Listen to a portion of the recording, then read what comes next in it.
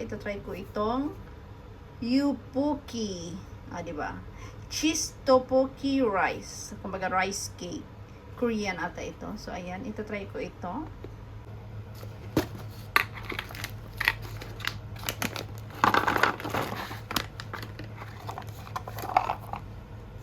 So, may ganun-ganun siya. Ano itong gagawin dito?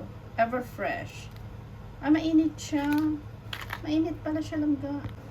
So, ayan. Lagay din natin yung kanyang cheese powder.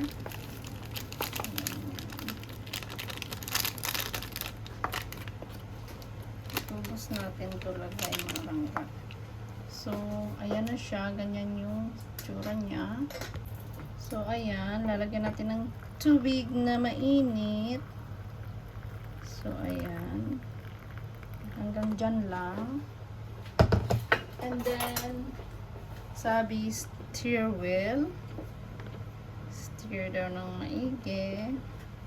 And then, tatakpan natin siya. Tatakpan ko siya. And then, let's wait for how many minutes? 2 minutes. Ayan. 2 minutes na tatakpan ko siya. So, ayan. Ima-microwave ko siya ng mga 3 minutes.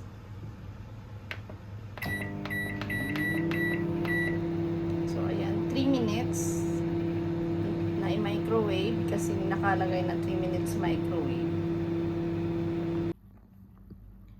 So, ayan na ang Yupuki. Ready to eat na. Matitikman ko na siya.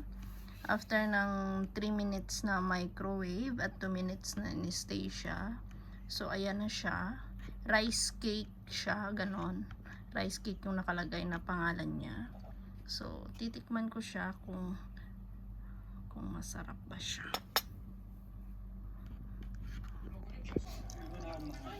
So, ayan na siya mga langga, ang rice cake. Maingay kasi nanonood ako ng teleserye na Dirty Linen. So, ayan na siya. Natikman ko na siya. Masarap siya.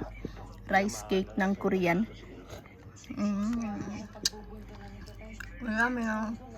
So, ayan. Thank you so much mga langga. Pagpanood sa video na ito. And thank you so much for supporting my YouTube channel. Just like, comment, subscribe, at bell on na rin para may notify kayo sa mga bago kong upload na videos. Thank you so much. God bless and keep safe everyone. Babush! I love you guys. Dinner ko to.